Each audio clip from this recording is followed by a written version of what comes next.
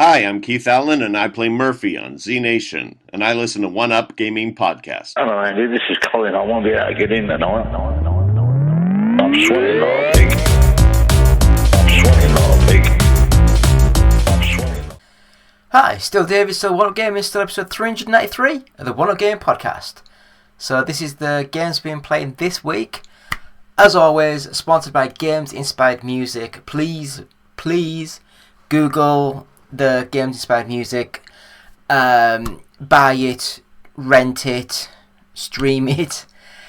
Use the music to actually put onto any of your YouTube videos.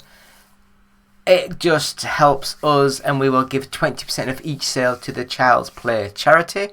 So that'll be good for that. I will just sort of say, got 7 games to talk about this week.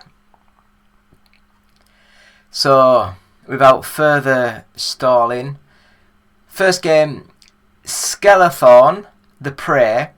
Now this one is a really gorgeous looking 2D pixel art Castlevania style game, but it plays very much like Dark Souls, so it's very hard. Nip in, attack, jump away, roll away, like get away, but it just looks amazing. I really felt it played well, it looked good, and what more do you need to know? It's a great little game. Graphics are gorgeous, sounds good, it's not janky, it just plays really well, and I was really impressed with this game. It's a weird name, Skelethrone, but what are you going to do? So yeah, Skelethrone The Prey, great game. Moving to the next one, and that's Lords of Exile. And again, it's a bloody Castlevania style game. But this one is taken very much like the NES originals. So it plays very much old school 2D platform action game. Very hard. A bit stilted in the movements. That might be because they were trying to go for that aesthetic of the old NES sort of style. Graphically, it looks nice for what it is doing, but it's nothing compared to the Skelethrone sort of game. But Lords of Exile, if you like old 2D 8-bit sort of games, give this a go. Watch the trailer, have a look at it, see what you think. It's a Castlevania game of the original Castlevania, like Castlevania 1, 2 and 3 sort of thing. But yeah, it's a good little game. Moving on, we'll go to Tales of Arise.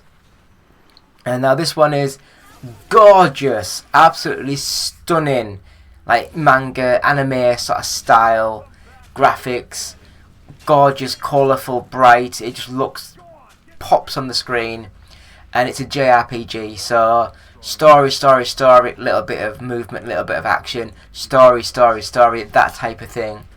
But Tales of Arise from Namco Bandai, so I guess Bandai used to do these games years ago, because there was Tales games that were on like a Super Nintendo and that type of stuff. So it's a great little game. I am not a big RPG fan, but I enjoyed this. I couldn't tell you if it links in with any of the other Tales of sort of games, but this one was really nice and I really enjoyed it. So next up, Brothers: A Tale of Two Sons remake.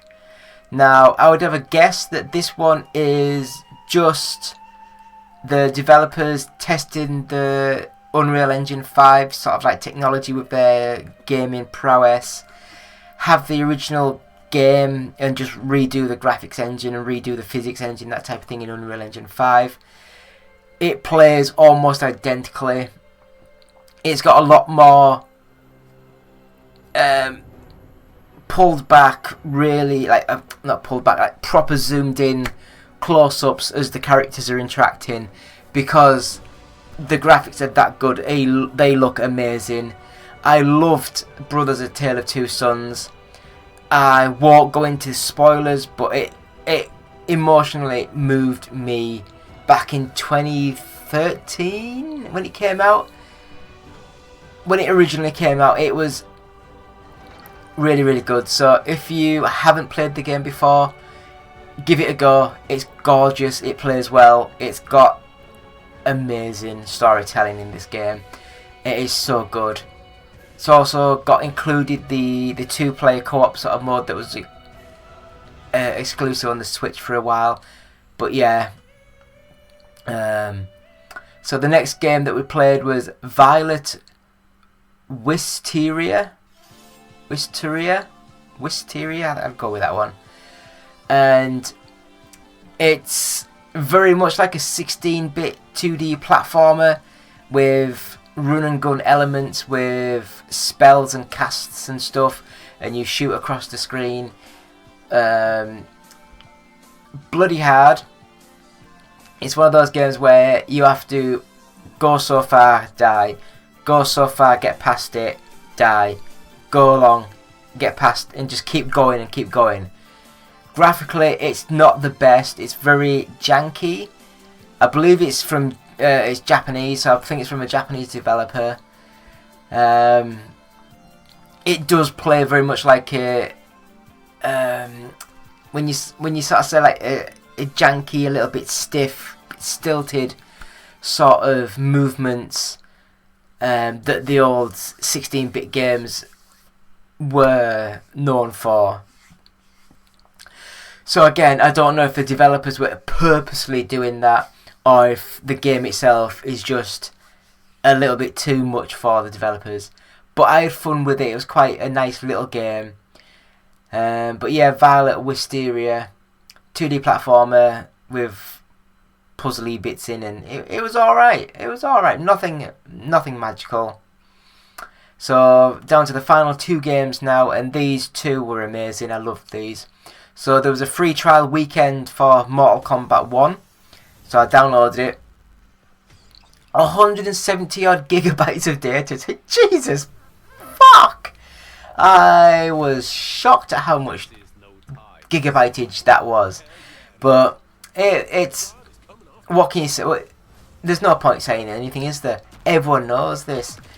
Mortal Kombat 1, they've carrying on the story from the last time, where Liu Kang becomes the god and all the other bits and bobs, and he resets time. So this is like going back from the original Mortal Kombat storyline, but a lot of changes have been made and a lot of things have happened. A lot of enemies are now friends, a lot of friends are now enemies. It's just a really... I love these sort of games like this, where it keeps characters and people you know and just mixes it completely up. And the fighting engine is amazing. That story mode is just absolutely breathtaking. It just makes you want to keep going and keep going, even if you don't like fighting games that much. I'm not a massive Mortal Kombat fan, but I was going and going and going just to keep that story mode going. It was just amazing. So Mortal Kombat 1, I'd really, really recommend. Good little game. So Return to Grace is the next game, and the last game we played this week. And all I can really say is it starts off like it looked as though it was like a VR sort of game, but it's been made on to with controllers now. It's like a very budget BioShock, or that's how it started. And once it got into more of the game, I got into that story, I got into the characters, and I was loving it. It was really, really good. Cheap, cheerful, great little game. Looks amazing. Puzzles. It's just good. Good game. Return to Grace. Easily recommended. It's a great game. I mean, any other week we've been playing for a while, that'd have been Game of the Week. But I think this week it has to go to Brothers: A Tale of Two Sons remake. That game is just special in my heart, and the remake they've done, they have really, really pushed out the stops. It looks stunning and it plays so well. Please go along, buy this game and play it. Once you get to the end, you will know what I mean by it is a special, special game. So we've also watched a movie this week, and it was Netflix's Damsel. Is it Billy Bobby Brown? 11 from Stranger Things. It's like a fairy tale. She's a princess in a really run-down, badly run kingdom. She goes to a castle where they're getting married to a prince, where they're going to look after the kingdom and all the other bits and bobs. Things happen. She gets chucked down a dungeony area with a big dragon going to eat her. It was not the best movie ever, but it kept me going. It kept it interesting. It looked nice. And I will say it was a good little movie. I really, really enjoyed it. So, Damsel, recommended. I would easily recommend it. So, yeah. That is what we've been playing this week for episode 393 of the One Up Game podcast. I will have a quick break and we're back after this.